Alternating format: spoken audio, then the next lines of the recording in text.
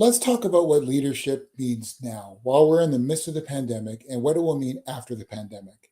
Now, in my view, the pandemic and how it changed the way we work has changed everything about how we lead, how we manage, and how we shape our organizational cultures, both now and in the future. Now, for the most part, I'm really optimistic about these changes. They're not without challenge, significant challenge to the way that we think and behave, but I do believe that they will make our work lives better. Now, a lot of us treat leadership like it's a thermostat. So we carefully monitor everything that our subordinates are doing, and whenever there's some deviation from the set temperature that we believe things should be at, we take corrective action. We turn up or turn down the thermostat to maintain equilibrium. We adjust people's behavior through rewards, through punishment, and through discipline, or through increased monitoring to try and reestablish a sense of equilibrium. And it's not really our fault. We were taught to think about leadership in this way. That way of leadership was modeled for us by our leaders, even though the leadership industrial complex has told us we need to be servant leaders, authentic leaders, this kind of leader and that kind of leader. And a lot of that is based on very shaky science, if any at all. The problem is we often default to treating leadership like a thermostat that needs adjusting. And it's all an illusion. Our efforts at doing so are simply to maintain our illusion of control. That as leaders, we have control and can control our subordinates' every action, every behavior while they're at work. And if we don't, the big fear is that things will get out of our control, that there will be chaos, and we will fail as leaders. When we treat leadership like a thermostat, trying to control our subordinates, we end up creating the perfect environment for four of the most destructive attitudes and behaviors in the workplace. And I call them the 4 dirty Ds. Distrust, deviance, dissatisfaction, and disengagement. Now, these are in no particular order, but I'll start with distrust. Now, I'm going to talk about these things in the context of the pandemic in a couple of minutes, but if anything, the pandemic shone a brighter light on the fact that our illusion of control was nothing more than that, a complete illusion. So when we treat leadership like a thermostat, we make constant adjustments to maintain what we believe is equilibrium in the system.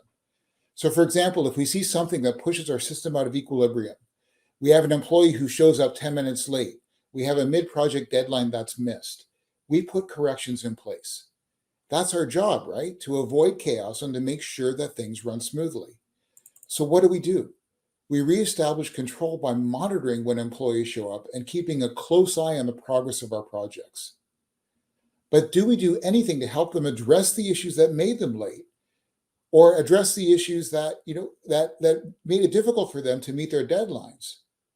Or did we stand outside our office looking for them, or see if they were online at 9 a.m.? Or did we start asking for more frequent project updates? Now, we don't often consider how subordinates are viewing our behaviors. They might not see it as us trying to stave off chaos, but rather as a signal that you don't trust them. So we'll discuss this a bit more later, but right now I want you to think about this. How many of us were concerned about productivity and slacking off when people first went remote almost 3 years ago? So what did you do? Did you increase monitoring? Did you engage in more frequent check-ins? We were all told to do more of that, right? But what signal did that send to your subordinates? And once this distrust creeps in, it opens the door for the other dirty Ds, like dissatisfaction and disengagement. So if your subordinates don't trust you, or conversely, they think you don't trust them, it's a recipe for increased dissatisfaction. They will not be happy being closely monitored and controlled and will often resent it. And their response will be to disengage, to do the bare minimum of their roles. Nothing more, nothing less. Quiet quitting, anyone? And if your illusion of control leads you to engage in increased monitoring through electronic surveillance or by any other means, subordinates are likely to respond by finding ways to avoid the gaze, to trick the system, to fudge the numbers, and they will engage in deviance. Direct deviance to evade monitoring and indirect deviance to increase their outcomes. Employees also want to have some sense of control, and that's how they'll try and get it back. And ironically, the systems that you put in place to control deviance will often elicit greater deviance or different types of deviance than the ones you are trying to control. So there you have it. For many of us, our way of thinking about leadership and the illusion of control can lead us down a difficult road. Now, all of those issues with the illusion of control existed before COVID threw a Molotov cocktail into the workplace. And so now we have to, metaphorically speaking, dust ourselves off and adjust to the changing workplace landscape. So as we slowly return to something, we need to figure out what that new something will be.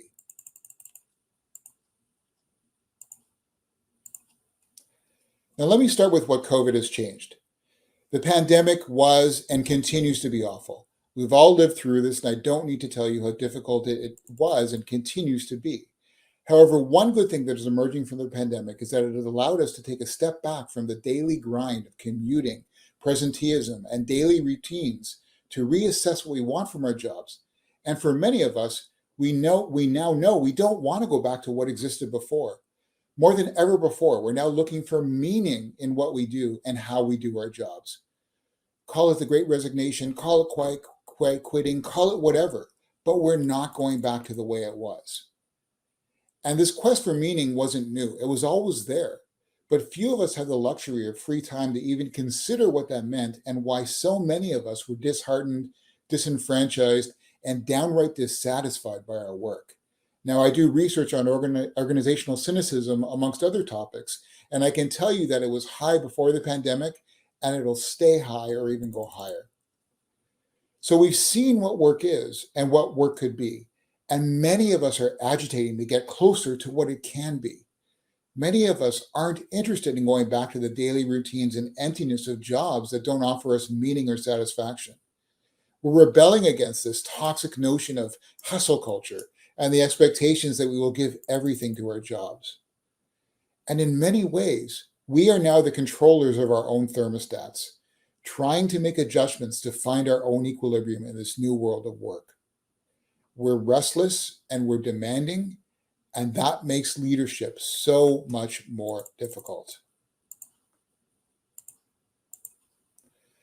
So as our subordinates are attempting to gain more control, at the same time, we have to relinquish our illusion of control. We never really had it anyway, so it shouldn't be so hard to give up. So we need to focus way less on monitoring and control and much more on helping our subordinates achieve their goals. We need to rethink what it means to be present at work and whether it still matters as much.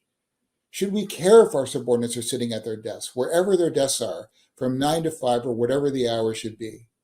Or should we care that our subordinates have flexibility and autonomy to work how they want, when they want, as long as they're delivering?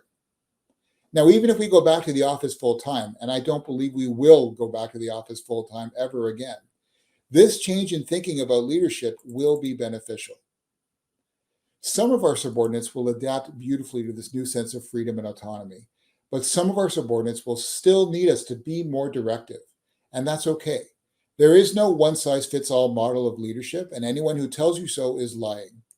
Leaders have to adjust their behaviors based on the needs and abilities of their subordinates. But what we can't have any longer is leadership as thermostat approach. Now remember these.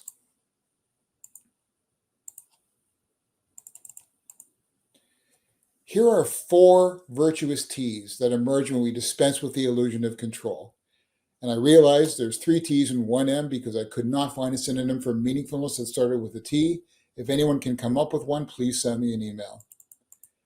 But what dropping the illusion of control will do is to help us to create a culture of trust. If you're not watching the clock anymore, or you stop monitoring your subordinates electronically, and when your only concern is whether projects are delivered with high quality and by the deadlines, you are signaling to your subordinates that you trust them. If we want to get really technical about it, it involves a process of working self-concept activation, where a leader's behavior elicits the same behavior in their followers. If I trust you, you will trust me. Now, some of them will need you to offer more guidance and control, and that is fine. You are not deciding that they need this. They are. And they'll let you know what they need from you. And if they don't, just ask them. And so with increased trust comes increased tenacity, perseverance, and a sense of increased responsibility for their work. There is no doubt that when people feel intrinsically motivated to do their jobs versus being extrinsically motivated by rewards or punishments, the quality of work improves dramatically. And with trust comes truth. The majority of people will be honest and forthright if they feel trusted and feel psychologically safe. They will not engage in deviance to try and restore control because they don't need to. And finally, most importantly, people will find meaning in their jobs. It's no surprise that people are quiet quitting, bristling against things like toxic culture or hustle culture, and leaving their jobs and searching for ones with more meaning. They definitely won't find meaning in jobs where the leaders are trying to control everything. Okay, so now what? Well, you have to ask yourself, are you a good leader? And that sort of depends on where you're starting from. If you were a good leader before the pandemic, chances are you're still a good leader and will continue to be a good leader after the pandemic is over. But it's not always so easy to answer this question. So for 9 years, I was chair of my department, 50 faculty, 35 staff, thousands of students. And you know when I knew for sure that I was a good leader? When during the pandemic and after my term ended, my staff all drove by my house in a caravan of cars with balloons and signs attached to them, honking and screaming out of their car windows, thanking me for being their leader. That's when I knew for sure that I must have done something right. And I suspect that deep down, unless you really do lack a sense of self-awareness, you know if your subordinates trust you and think you're a good leader. And by good, I don't mean someone who guards the gate, maintains the status quo, and is close to risking new ideas. I don't mean someone who allows no dissent, input, or innovation, but only wants obedience. That's the thermostat model of leadership. And by good, I mean someone who fosters a culture where people feel safe coming to you with new ideas or with their problems and solutions. And by good, I mean someone who helps people achieve their goals and helps them find meaning in their work. And now, no matter how mundane the task, you should help your subordinates understand how their job has meaning and contributes to the organization's goals. And most jobs can be given meaning, and that's our job as leaders, to show our subordinates how their jobs have meaning and to help them achieve their goals. It's not to be the thermostat adjuster. So how you answer the previous question of whether or not you're a good leader will really dictate how much work you have to do to be a good leader during and after the pandemic. One thing is certain, to be a better leader, you might have to change the culture to really have a positive impact. Now, what's your culture? How's it working for you? Good or bad, you have the perfect opportunity to try and shape and create a better workplace culture right now. Whatever existed before isn't going to work anymore. So how will you create a culture that blends remote and in-person activities? How will you ensure that everyone has the same opportunities and finds meaning in their work, regardless of whether they're working remotely or they're back in the office or some mix of the two? So here are some of the questions you need to ask yourself, and I'll start at the bottom and work my way up. Now, change is obviously so hard, and it's often hardest because people are unsure or even fearful. You may have convinced yourself that there's a great benefit for you to make the jump. But once you're at the edge looking down, it's pretty scary stuff. But when you do it, you learn a lot about yourself. And of course, it's a cliche, but leaders have to model the change they want. So you have to do big things and take chances and fight for what you want and need. Encourage people to bring you their great ideas. I once heard a senior leader on my campus say that his job was to say no, and I was shocked. I always saw my job as finding ways to say yes to great ideas. There'll be a lot of bad ideas, but if you create a culture where good ideas and innovation is encouraged, you will be surprised at the quality of some of those ideas. And even small things resonate. When my staff or faculty or students came to me with issues, no matter how small the issue was, I always tried to find a way to help. And I didn't mind being thought of as a troublemaker if I could create some positive change and help the faculty or my staff or my students deal with the issues that were thwarting them from achieving their goals. And always remember that you set the tone and your subordinates are watching you. You need to overcome your own fear of making mistakes. People will respect you for trying to make things better, even if it doesn't always work. They don't respect you for holding the line and being the guard at the gate. Anyone can do that. Time for another cliche. Be the change, because you are signaling to your subordinates what type of behaviors are acceptable, expected, and rewarded.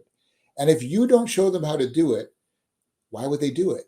If you don't show them the old ways of doing things aren't acceptable, then they won't change. You need to establish new rewards and enforce them.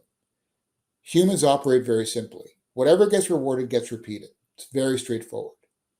And doing these things, taking on the risk of change, helps people see meaning in what they're doing. And that's what we need to do as leaders. Provide the opportunities for our subordinates to find meaning in what we're all doing. Okay, let me wrap it up. We know that COVID is awful. We also know that leadership is really, really hard. But control is a complete illusion. But we can change our cultures for the better to bring more meaning and autonomy to all of our work. Thank you for your time. If you have any comments or questions, please reach out to me. And let me turn it over to Tommaso now.